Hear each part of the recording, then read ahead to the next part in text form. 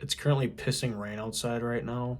We got this big ass storm going on. If you guys hear anything, that's what it is. Anyways, so as some of you people may know, I've had some stuff going on in my real life. So my schedule's been kind of wonky. I've had to push some things back. I would have liked to have been making more videos and doing this stuff earlier, but just some unfortunate circumstances have forced me to push this back. So kind of getting back into the swing of things here. So looking forward to working on this stuff more. So the topic of today's video discussion is going to be, you guessed it, gym etiquette. Now, for those of you that know I lift at Planet Fitness, you might think that, oh, I'm a pussy and I think that you can't slam your weights or, grunt or yell or anything like that, but that is completely false. Now, I've seen a lot of videos talking about gym culture, which is something I would like to do in the future. I think that would be a fun project for me to do. Today, I'm just going to go over things you should and shouldn't do that just are in the gym. So for today, I've chosen 5 topics I'm going to talk about that you should or shouldn't do in the gym, that you can do, but maybe, only do it so much, or there's a certain way you can do it. So number 1, please don't take half an hour to an hour on a machine. There are times where I will get into a gym and I will see someone on a bench. I can get through my entire workout and they will still be sitting on that bench on their phone doing nothing. And this goes further than just a bench press or just a bench. Cables, machines, even a treadmill. I should not be able to write a graphic novel, make dinner, take a shower by the time you get on that machine and by the time you get off of it. It's just ridiculous. So yeah, I feel like that would be self-explanatory. Don't take 2 hours on a machine. There's just absolutely 0 point. 2, there is no reason for you to have more than 1 set of dumbbells at a time. There is no reason for you to have 4 or 5 different weights of dumbbells at a bench. Why do you need them all at one time? It's just common courtesy. You're not using them during this set. Someone else might need them. So put them back on the rack and let someone else use them. You're not using them. So what's the point of having them at the bench? It's just common sense at that point. Like, there's been a time where I asked this lady, she had 4 different sets of dumbbells, different weights of dumbbells, and I asked her to use, what was I doing, like lateral raises or something? I asked for the 30-pound dumbbells, and she freaked out at me, went just absolutely berserk. I'm like, lady, you're not using them. You haven't used them at all during this workout.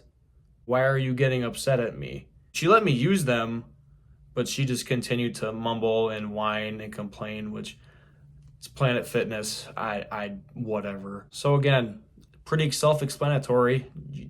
If you're using 1 weight of dumbbells, use that one. You don't need to reserve 3 other ones. Let someone else use them. And chances are there's 2 sets of that same weight. So why are you taking whatever? 3, ever go to a bench after someone uses it and it is just absolutely drenched? Chances are that's not even from their sweat. They just go with a sanitizer bottle and they just spray the entire thing. You're not supposed to do that. You simply just get a rag, you spray the rag, and then you wipe off the bench. It's not that hard. Spraying the bench itself is bad because, 1, I don't want to smell like sanitizer and just have a wet bench. It's just uncomfortable. And 2, because it's bad for the bench. It actually will ruin the bench just by spraying it and letting that stuff sit. It ruins the bench. There have been so many times where I'll be waiting for a bench, whatever, and I'll come up to it and it will just be absolutely drenched. So then, I'll have to get a rag, clean it off, which, look, it's not a big deal, but it just does get annoying. Number 4. Now, this one is going to be a little controversial. I think the next one as well might be a little bit, but hey, I don't give a shit. This is my channel, my videos. I can say whatever, I want to an extent, which that's a problem in today's world. No one's afraid, or everyone's afraid to speak their minds and say what they think. But anyways, recording. I haven't had an actual experience with anyone recording, bringing in a tripod, whatever, and filming their workouts. But the problem I have with at least what I see on social media is that you will walk in with your phone, your camera, your tripod, just get this huge ego, and they'll think, oh, I'm so entitled. I run the world. I do whatever I want. This is my gym. And if you look at me funny, then you're a piece of shit and you're a pervert if it's a girl. What? So the act of recording itself, I don't have an issue with. It's just the massive ego that these people will get when they start recording for their, 200 follower fitness page. And if someone walks through, then they just lose their shit because apparently they don't know how to edit videos and can't crop those portions out. People getting so butthurt because, oh, they're walking in a public gym because anyone can, use the weights and can walk where they want in a public gym. I mean, I see clips of people doing an exercise, freaking out, getting off of whatever they're doing, quitting their set, and making sure people don't walk in front of the camera. What are you doing? What are you doing? At least finish the set so you can actually, keep working out. And then if you have such a big issue with people walking in front of the camera, crop it the fuck out. It's not hard. I don't know. I don't have an issue with fitness influencers. Sam Sulik, love the guy. Trend Twins. They are hilarious. Alex, he's kind of irrelevant, but I don't mind him. I said I have no issues with people recording. It's just the ego and the loss of respect that they have for everyone else around them. That's the only problem I have with recording in a gym.